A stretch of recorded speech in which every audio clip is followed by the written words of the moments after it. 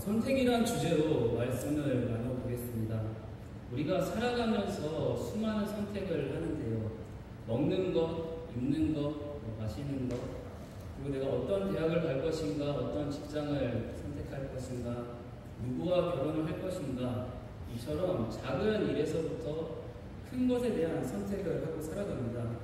근데 그 선택에는요, 결과가 주어지는데요.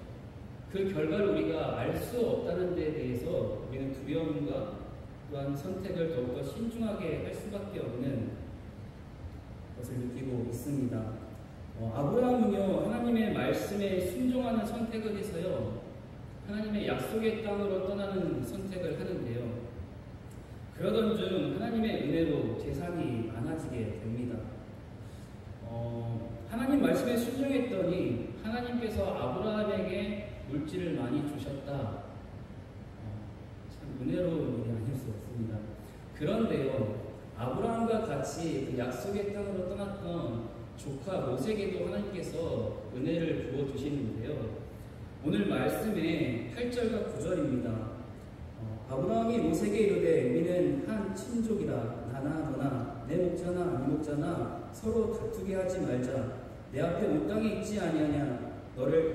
나를 떠나가라. 내가 좌하면 나는 우하고 내가 우하면 나는 좌하리라.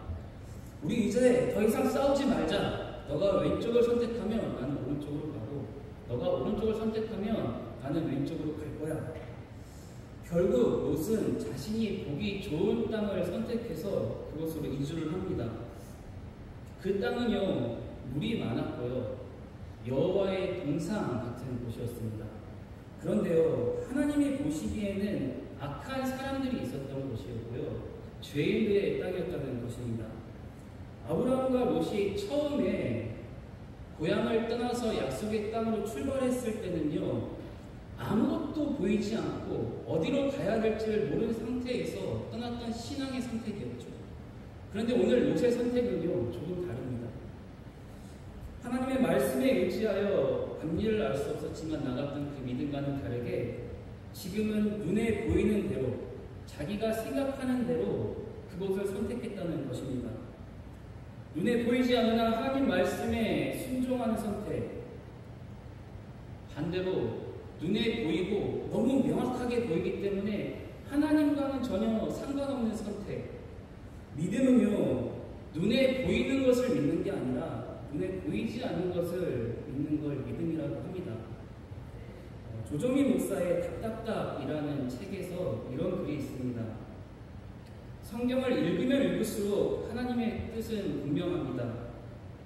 레위기서에 나는 여호와 너희 하나님이라. 내가 거룩하니 너희도 몸을 구별하여 거룩하라.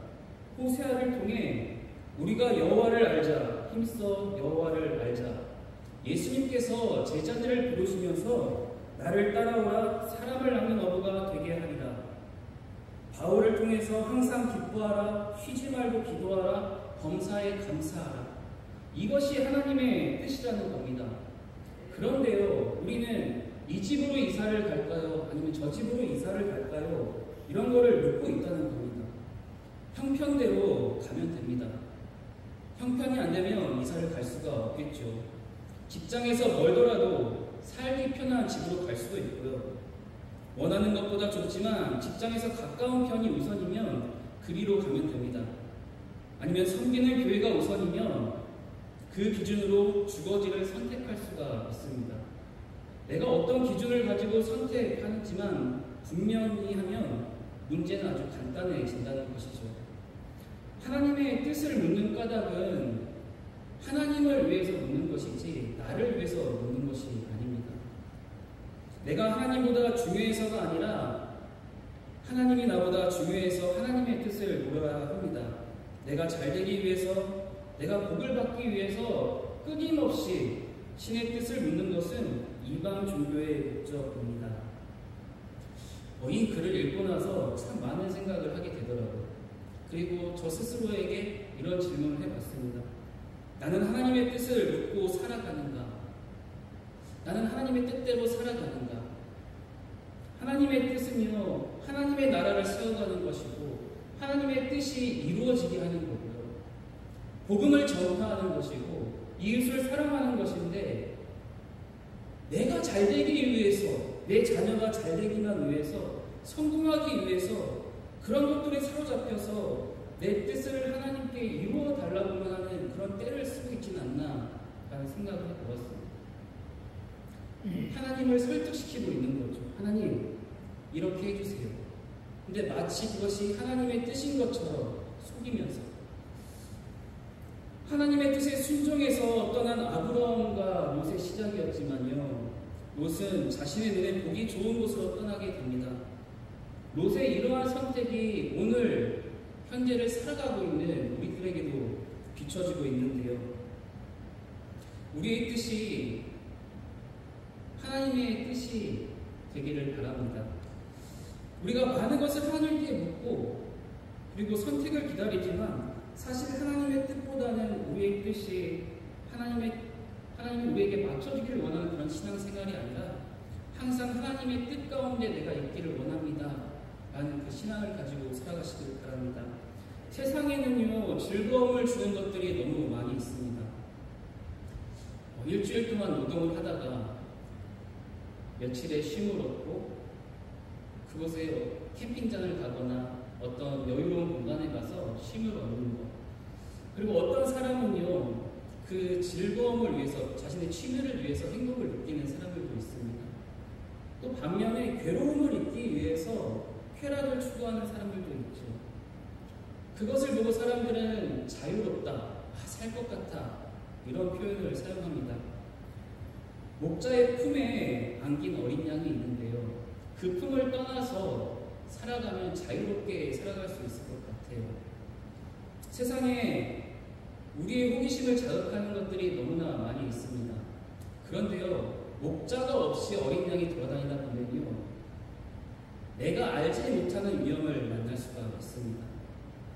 목자가 없는 상황에서 그 길을 걸어가다 보면, 그 위험한 길을 걸어가다 보면 그것은 자유가 아니라 방황이라는 것입니다. 하나님이 없는 자유를, 하나님이 없는 선택은 큰 위험을 가져오게 됩니다. 돌아온 탕자의 이야기를 보면 우리가 잘 알 수가 있는데요. 누가복음 15장 11절에서 13절 말씀입니다. 또 이르시되 어떤 사람에게 두 아들이 있었는데 그 둘째가 아버지에게 말하되 아버지여 재산 중에서 내게 돌아올 분깃을 내게 주소서 하는지라. 아버지가 그 살림을 각각 나누어 주었더니 그 후 며칠이 안 되어 둘째 아들이 재물을 다 모아가지고 먼 나라에 가 거기서 호랑방탕하며 그 재산을 낭비하더니. 우리가 너무나 잘 아는 말씀이죠. 아버지에게 재산을 요구합니다. 그리고 그 재산을 받고 아버지가 없는 곳, 아버지의 손길이 닿지 않는 곳, 아버지가 볼 수 없는 그곳으로 가게 되는 거죠. 아버지가 안 계시기 때문에 하루하루의 삶이 정말로 기뻤을 수도 있어요. 행복했을 수도 있어요. 근데 시간이 지나면 지나갈수록 아버지에게 받았던 그 재산들이 사라지게 됩니다. 이제는요, 일을 하지 않으면 살 수가 없어요. 안타까운 사실은 뭐냐면 그렇게 일을 하는데도 돼지가 먹는 쥐염 열매조차 먹을 수 없게 돼서 이제 살아가는 게 아니라 생존하기 위해서 살아야 했던 것입니다. 인생의 밑바닥을 찍고 나니까 그제서야 다시 아버지가 생각이 난 거죠. 아버지의 집이 다시 한번 생각이 난 것입니다. 세상은 그리 만만치가 않습니다. 세상은 자유라고 우리에게 자유를 주는데요, 그 자유 속에서 우리를 가두고요. 세상은 우리에게 즐거움을 주는데요, 그 즐거움 속에서 우리를 가두고 있습니다. 우리에게 성공이라는 기회를 주는데요, 그 성공 안에서 우리를 가두고 있다는 것입니다. 본문 10절 말씀에 롯이 선택한 땅이 있었습니다.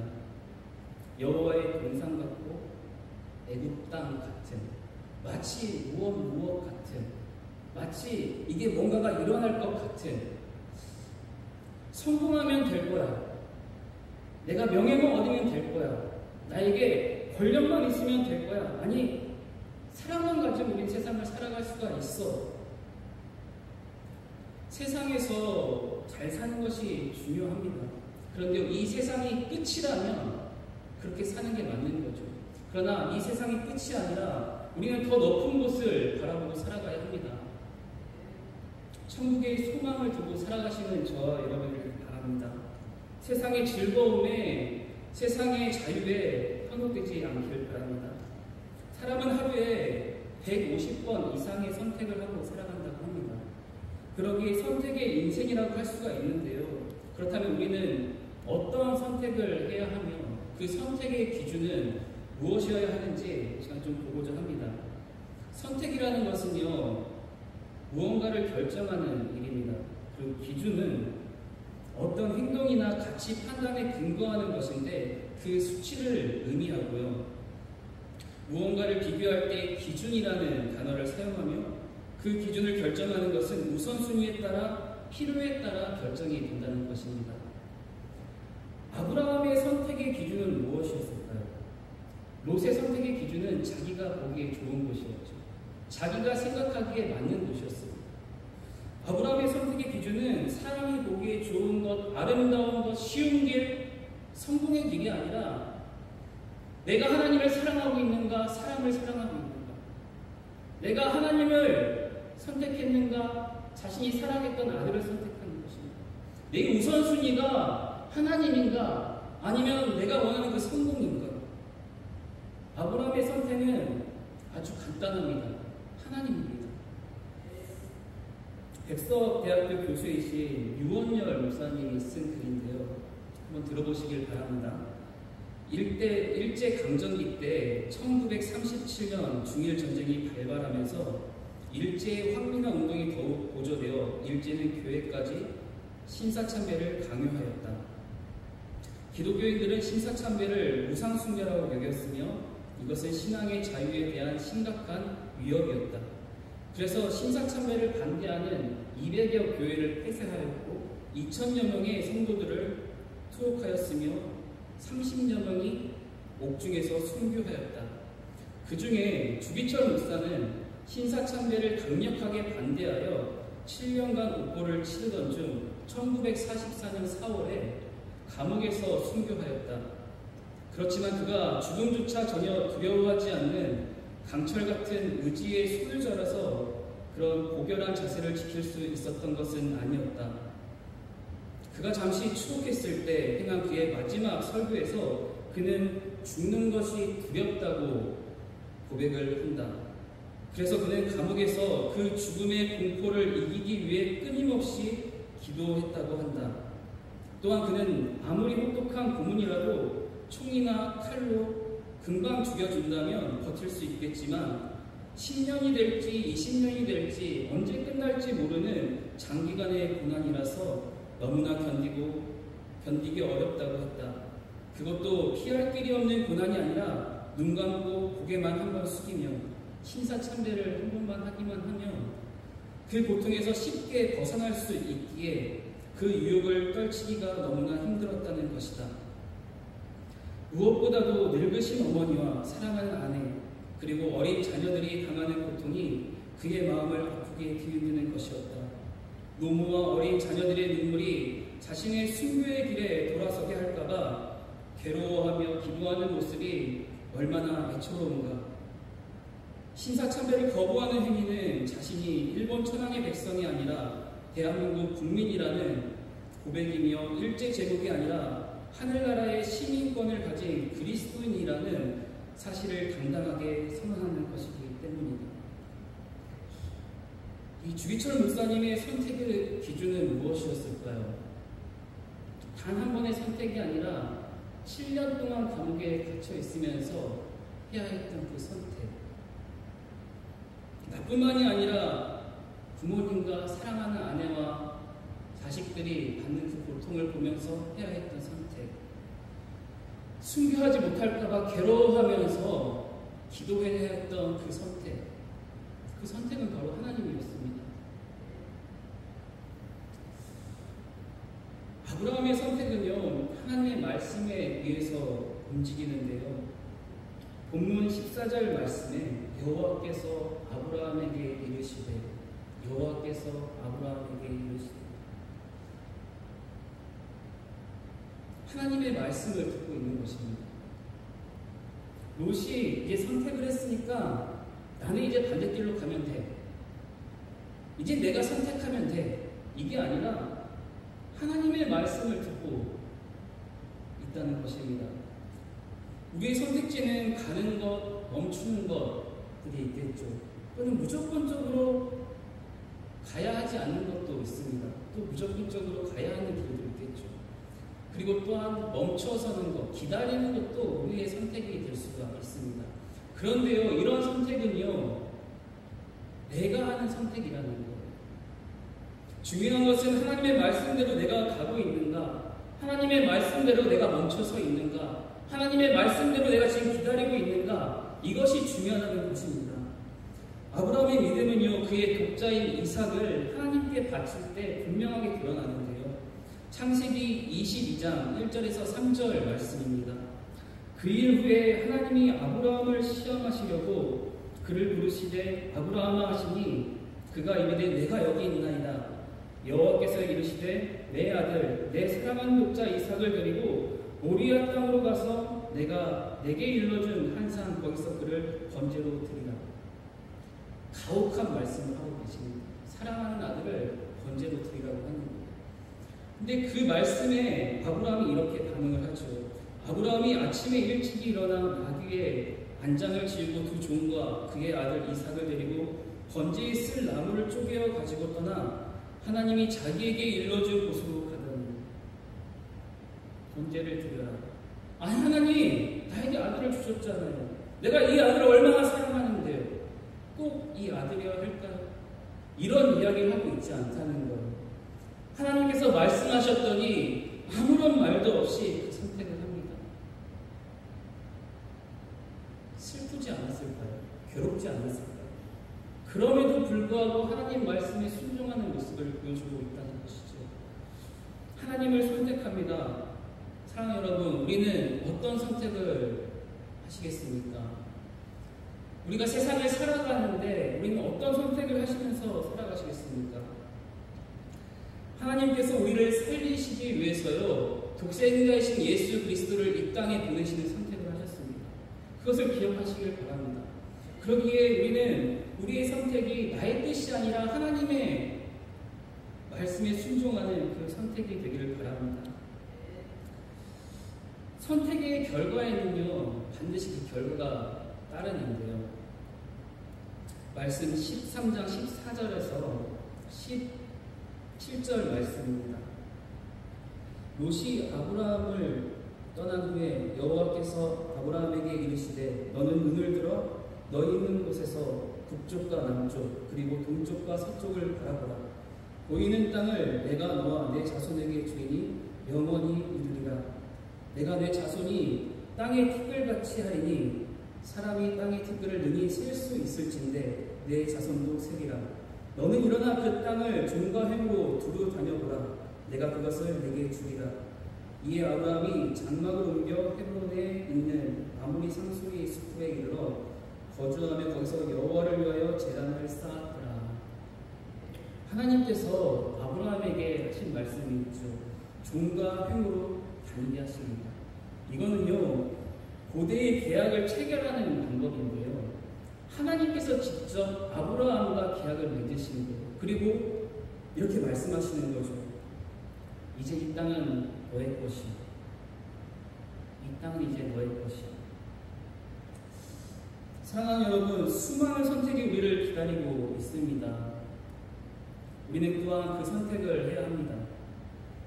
단순히 눈에 보이는 것을 따라 또는 경험에 의해서 선택하는 것이 아니라 하나님이 우리의 인생의 우선순위가 되어야 합니다. 말씀이 삶의 기준이 되는 선택의 삶을 살아내시는 저와 여러분 되기를 소망합니다.